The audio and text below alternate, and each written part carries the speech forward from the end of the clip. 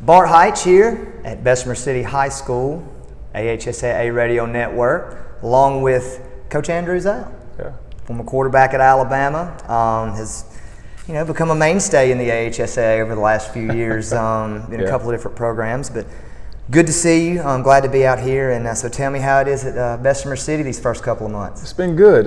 I really enjoyed the kids, getting them out. The circumstances have been a little tough, but from what they've gone through the past few months. But overall, I think they've responded in the last few weeks. And I think our coaching staff is getting together now, so I had to put that together. But man, it's been an interesting challenge, but I'm starting to see some of the fruits of what we've been working on the last few weeks. As a former receiver, I just have to ask the question: has anybody stepped up receiver-wise and challenged that arm, and kind of got? Has that happened yet? No, not yet, man. And I'm hoping it doesn't happen. That arm, man. I'm trying to put it on the shelf for a while, and that thing is not what it used to be. Well, we've talked and off camera a little bit. Growing up in Florida, yes. Recruited, committed to Auburn, ended up going to Alabama, having a great career. Did you expect that when you left Florida long ago that you'd end up in Alabama and still be here? No, I did not. I'm a Florida kid by heart, man. I love the state of Florida. It's been a blessing and everything to me, and just everyone's jealous of the weather in Florida, but honestly, I was North Florida. It gets just as cold as it does here in Alabama, but no, really enjoyed Florida. But Alabama has become home. I've left maybe a couple of times and have come back. I own a business downtown Birmingham for the last 16 years, but I was head coach at my hometown in Florida. Thought I was going to be there forever, and then Alabama calls me back. So I'm blessed with the opportunity to come back this way and do some of the things I've been able to do. But Alabama is now home for my family. Speaking of Blake Butler and back home, big family, and I'm reading through some stuff. You kind of watch guys play over the years, and then 15, 20 years later, when you get to rekindle and think about some of those memories and games stuff. And I heard a quote. I similarly, my senior year in college junior and senior year went through some not as the quarterback at Alabama, but I went through some similar situations with, just fighting for position, that kind of stuff. And tell me about one statement when you had talked about it, and your mom told you to just pray about it. Right. And she just left it at that. Yeah. Right? Yes. To say that to a young kid and know that he's man enough to handle that, that jumped out at me. So elaborate on that a little bit, just how important family was. And I just, I talked about it. I understood where my mom was coming from. I understand what the phrase of old soul. I grew up, my dad was 60 when I was born. My mom was 39. So I grew up around older siblings as well, being the youngest of 8. So I was always being able to know how to act and how to, and I understood things, I guess. Mm-hmm. And when she made that statement, it was more so she knew where my heart was. She knew where my help came from. God has always been a part of my life, and I would always lean on my faith to get me through things. And she told me that at that moment, hey, pray about it, and we'll see what happens. And nothing ever changed. I stayed at Alabama. It was an opportunity that I thought maybe I needed to leave. But when she said, hey, look, because I called her for that, to say, hey, look, can you get me out of this? and when she says pray about it and call me in the morning, I didn't want to hear that. I want her to say, hey, look, Mom, son, come on home. It wasn't that. She was my rock at the time. She says pray about it and call me in the morning, and everything was fine the next day. So many kids, though, when they go through things like that, when they get out of their comfort zone of being the superstar in high school to where you're the best player. Well, everybody was the best player on their team in high school. So, going through what advice do you have to the kids that might see this today that are going through that? Yes, pray about it. Yes, talk to your folks. But how did you every day get up and go work harder? Because that's what you did. Yeah, and you have to. If you want to be, and I tell our kids here this now, if you want to be great, you want to be good, you want to be great at things, you have to do good things and great things every day. It has to be part of your daily habits. Then it becomes your character. And that will eventually define who the man is. And I knew then that if I wanted to be good at being a quarterback or at the University of Alabama, or one day possibly win a national championship. I thought I was going to do it at Alabama. So I need to stick through it. If you go through something, you go through something for a reason. You can't go through life thinking that it's going to always be easy. When you go through it, understanding that it's light at the other end. Mm-hmm. And if you do that, if you go through it, you'll be a better man for it. You'll be a better husband. Your faith will be so much stronger. You'll be a better dad for it, because you then can have a story. Everyone has a story. Is that you persevere through those things, and then you can tell someone, hey, look, I've done this. I don't just tell you these things because it sounds good. I tell you this because I've gone through it. So that's my sort of story and my testimony to a lot of the young men that I come in contact with. Genesis 50:20 and John 10:10 are the verses that he's speaking about, and it is amazing to see.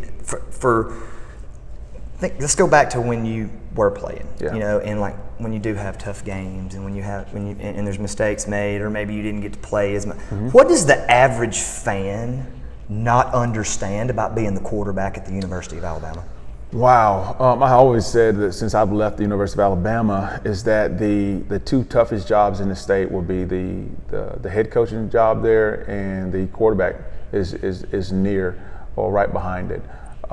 Those are tough jobs because you're critiqued about everything, whether you walk right or what have you said. You see so many guys nowadays cover their mouth when they talk on TV. You see LeBron do it so much, but you watch some of those guys and they're in a microscope so much now. Mm-hmm. But being the quarterback, you're expected to be a certain way. You're expected to act, to do all the kissing babies and taking pictures, and then you're expected to go out there and win games big, not just go out there and barely win it or have a bad day and the defense wins the game. You're expected to go out there and actually perform and play at a high level, and it's tough. It's tough because a lot of people don't understand is that the other team has 5-star athletes as well, and they're coached well, and Alabama is not going to always, or their quarterback is not going to always have the best game.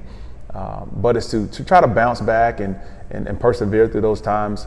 But as a player, and understand that, hey, that's someone's child too. He's 18, 19 years old, and he's still a kid. I think, for males, I don't think we mature until we're 25, 26 anyway. So some of us a little later than that. A little later, yeah, that's right.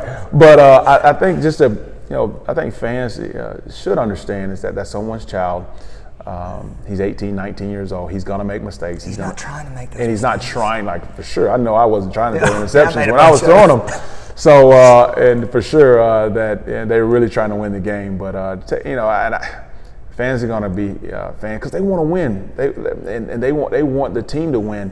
But at the same time, it's not to degrade a player because he doesn't play well for one game, and then next week he plays well, and then he's the best thing since sliced bread. Absolutely. So you follow him on Twitter again. Exactly. So as a quarterback, I knew I had my ups and downs in my career, but I always thought that I believed in myself, my family, my wife and I. We always sort of prayed together, and I've always kept us, a tight-knit family anyway. But and to believe in what I was doing, and us to believe in ourselves. And but as a quarterback, I think, and fans they understand that, hey, we all want to win, but I think it's a missing piece of knowing that, hey, there's still a child, and he's still 18, 19 years old or 20 years old, and trying to figure out life. Yeah, and it's tough, and it can get overwhelming. So switching gears to now, BCHS, and obviously success at Montevallo. You've been successful where you've been. We know you know football, like Calera, and then now you come over here to Bessemer City, and it's just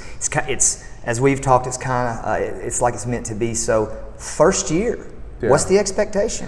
My expectations are always high, regardless of where I've gone. I know Montevallo was a challenging job. My hometown back in Florida was very challenging as well because they just come off a couple of seasons of only winning one game.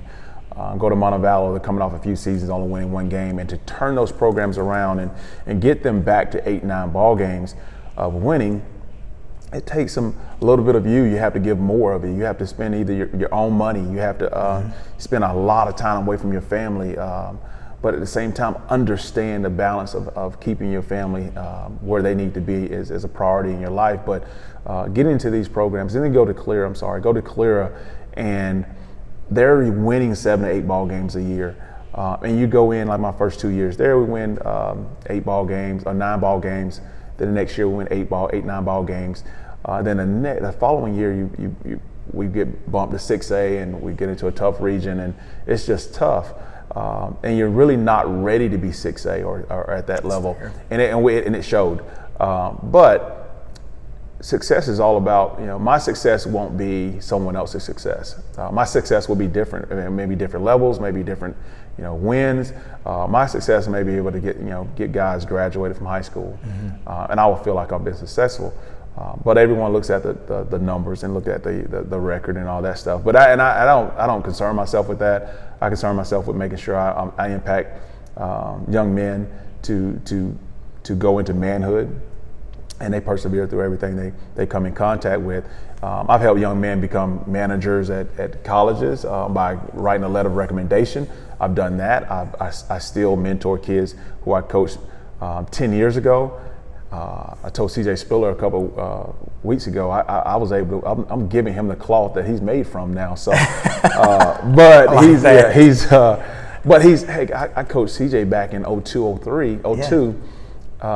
And it was a blessing to know that he and I still have that relationship we have, and to see those young men now. Like one of my players had become a policeman the other day, he's in the academy. And he's calling me for advice all the time. So those relationships, that success, and that's helping a young man become a man. Yes. And be there for them, whatever they need. And I'm still there. My wife and I are still like, the mom, dad, aunt, uncle, you call us whatever, but we're there for these boys that we come in contact with. Even some of the young ladies that we've come in contact over the years, we're still able to help them if we can. Speaking of your wife, yeah. That's your co-pilot. She's your rock. And that relationship and your family. How do you keep that balance of being able to put what you have to put into building all these new programs, and then also not take away from home and your 3 kids? And what advice would you give to these young coaches? Oh man, first of all, she's not going to let me. But the advice is to find that balance. Everyone can't be Nick Saban. Everyone can't be Steve Spurrier or Gus Malzahn or Kirby Smart. You have to be your own man. You have to understand what your balance is how heavily involved is your family. My family has been heavily involved before, and they have been not involved as much in some programs. But as a head coach, you have to understand, look, you make the schedule. And as a football coach, period, you have to, regardless, you're still a man, you still have some obligations at home. So when you get home, put the football down, put the work down. And I've taken work home before, and my wife and I both have worked on my work at home. But it takes her, giving me some advice on some things. And she gave me some advice a few months ago about an app I could buy, and I could stop writing on all the paper in the house. So things like that she helps me with. But as a football coach, understand that what's first, understand as a man first, that you have to take care. Your faith has to be very strong. Your family has to be very strong. And then as a teacher and coach, that has to be strong as well. So yes, it's a lot on your shoulders, but God left us in control. So yes, you're expected to be, the expectations are high for a man or whomever, a coach. I think if you are able to balance that early in your career, I think you're fine. It's just not understanding or missing that opportunity to find, hey, look, I hadn't been home in a few hours or all day. Like since I've been here at Bessemer, I'm here at 7:15 in the morning. I don't get home to 8:30, 9 o'clock at night. I'm here all day. But I understand now, my wife understands, my family understands what I'm doing is I got to put something together eventually. Then they understand that, hey, look, it's not always going to be like this. This is the first summer that I've spent this much time away from family. But I know as setting my schedule that, hey, if my kids have something, I am going to be there for my kids. And I will be, when I hit the pillow, I'm dead asleep, that's fine. But I'm going to work hard making sure my kids have all my time that I can give them. And this is going to be a high priority for me. So. Small school, you mentioned, and we talked about, there's a lot of coaches out there who think of making the jump from a 2A to 3A to 4A to 6A to 7A. Yeah. What's the difference? How much more is involved? It's like the small school work level compared to that upper class. It's different. If you're a coordinator or you're up and coming coach, Small school is where I think some of your better coaches are. Because they have to do so much. Now you do have some great coaches at bigger programs, and I'm not going to take anything from them. But I've been at small programs and I've seen coaches do it. I've seen some great coaches at the bigger programs. But if you're thinking about going to a smaller school, you got to understand you may have to cut the grass. At your bigger school, you may have turf, or you may have someone who's already cutting your grass or painting your field. I've been water boy, I've been manager, had to do it all. So. Some people have that privilege of having someone do that for them, but just understand that it's more work than X's and O's. I didn't understand it when I first got into coaching, had my first head coaching job at my high school, which was a blessing because I'd probably been fired anywhere else. But understand, getting pregame meal, and I took my kids to camp because I wanted to do it like my high school coach did it. So I took everybody to camp, and then I'm up at 6 o'clock cooking breakfast. Yeah. I didn't know I had to do that. My wife was a part of that. She was helping, the parents. Just getting everything behind the scenes is much tougher. Even when you move, like they say in basketball, you move from one chair over. It's a different world. Completely different. And all you move is 6 inches or so. Mm-hmm. And it's tough, but at the same time, have that balance and understand what you're getting into. Understand that the time is going to be it's going to be demanding. And you can't leave until the last kid leaves after practice. So if that kid doesn't leave to 8:30, 9 o'clock, you're sitting there watching that kid and y'all are having a conversation until the parents roll up. So, because some coaches, if you're an assistant coach, a lot of times you can probably leave. But as a head coach and the buck stops with you, you better be there when that kid leaves. Well, it's been awesome to sit out here with you, and we're going to be back. We know you. We expect you to do well because you've always typically, been a winner and done well at everywhere that you've ever been. So, Andrew, thanks, Coach. Appreciate you coming out and sitting down with us. And so, we will keep up with BCHS throughout the year, and we look forward to you folks following them also. Thanks, man. Yes, sir.